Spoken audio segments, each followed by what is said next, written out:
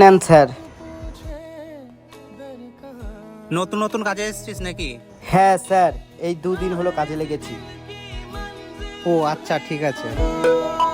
মা ফোন করেছে।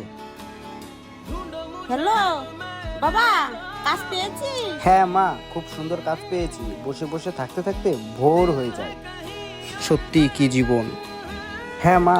ঠিক আছে তাহলে রাখি। ঠিক আছে, তাহলে আমি পরে ফোন করছি।